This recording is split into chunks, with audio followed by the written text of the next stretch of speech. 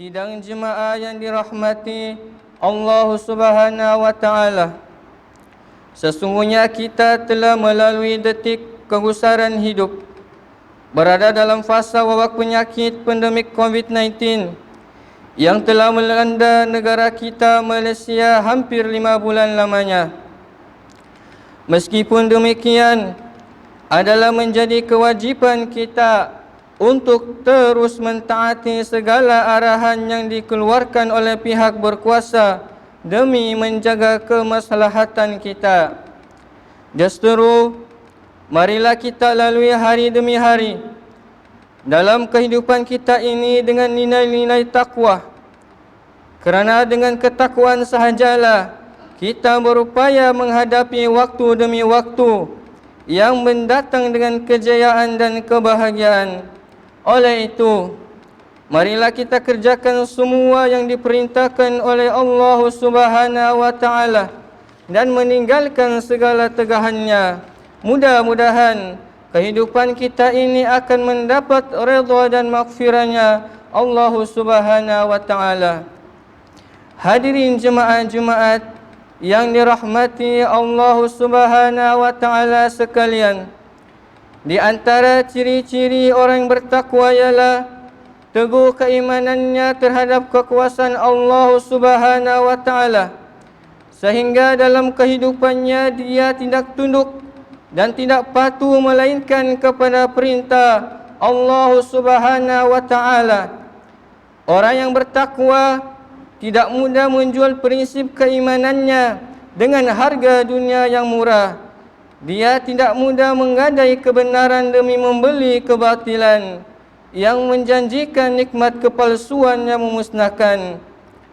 Orang yang bertakwa terpancar hidupnya dengan cahaya kesabaran yang hakiki, dengan kejujuran dan ketulusan yang murni.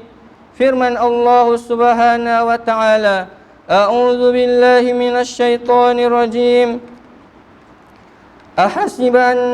Ahasiban nasu an yutraku an yaqulu amanna wa hum la yuftanun.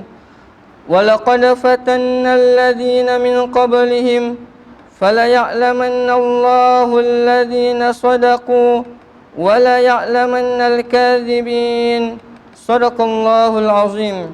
Yang bermaksud, adakah manusia menyangka bahawa mereka akan dibiarkan dengan hanya berkata, kami beriman, sedang mereka tidak diuji dengan sesuatu cobaan. Dan demi sesungguhnya kami telah menguji orang-orang yang terdahulu daripada mereka. Maka dengan ujian yang demikian, nyata apa yang diketahui Allah tentang orang-orang yang sebenar-benarnya beriman, dan nyata pula apa yang diketahuinya tentang orang-orang yang berdusta. Surah Al-Ankabut ayat 2 hingga 3. Justru kita telah melewati waktu yang sangat kritikal dan menghadapi waktu-waktu yang seterusnya. Maka amat wajarlah kita bermuhasabah diri dalam melanjutkan kesinambungan hidup hari ini demi hari, minggu demi minggu, bulan demi bulan, dan tahun demi tahun yang selanjutnya. Hadirin jemaah-jemaat yang dikasihi Allah Subhanahu wa taala sekalian, muhasabah artinya kita saling menghitung, saling melihat atau bercermin ke dalam diri, apakah tahun, apakah bulan, minggu atau hari-hari yang dilalui itu menjadi satu waktu yang bermakna dan berkualiti dalam kehidupan kita. Atau adakah masa yang ditinggalkan itu berlalu tanpa manfaat, terbiar dengan langkah sia-sia dan jauh tersasar dari naungan keberkatan. Maka Islam telah menggariskan ciri-ciri orang berkualiti dalam kehidupan. Yang pertama, ikhlas dalam melaksanakan amal soleh, sama ada yang berhubung dengan Allah Subhanahu wa taala maupun berhubung sesama insan. Firman Allah Subhanahu wa taala, A'udzu billahi minasyaitonir rajim.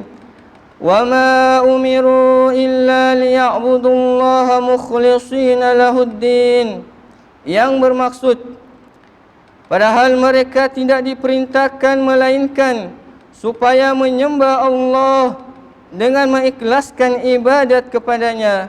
Surah Al-Bayyinah ayat 5. Yang kedua, yang menjamin berkualitinya kehidupan kita ialah sejauh mana kita mengangkat darjat atau mensucikan diri dari pelbagai penyakit yang mencemarkan diri dan kehidupan. Sabda Nabi Muhammad SAW yang bermaksud, Ya Allah, anugerahkanlah ketakwaan pada jiwaku, bersihkanlah ia, Engkau adalah sebaik-baik yang bersihkan jiwa, Engkaulah penguasa dan pemiliknya. Hadis riwayat Muslim. Yang ketiga, perkara yang sangat penting dalam memastikan kejayaan dengan nilai hidup yang berkualiti ialah dengan melaksanakan segala amal berteraskan ilmu. Kerana amal tanpa ilmu tidak dapat direalisasikan dengan sempurna.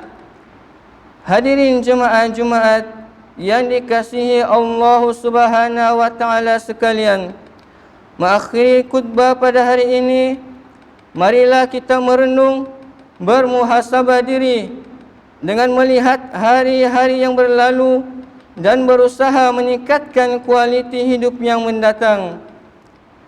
Jadikanlah hari ini lebih baik dari semalam dan esok lebih bernilai daripada hari ini. Kualiti itu terjana melalui keikhlasan dalam beramal, menerusi peningkatan usaha membersihkan diri serta berlandaskan pedoman ilmu sebagai terus melaksanakan segala amal dalam menjalani kehidupan. A'udzu billahi minasyaitonir rajim. Wabtaghi fima ataakallahu ad-daral akhirah wa la tansa nasibaka minad dunya wa ahsin kama ahsanallahu ilaik wa la tabghil fasada fil ardh innallaha la yuhibbul mufsidin. Shadaqallahul azim.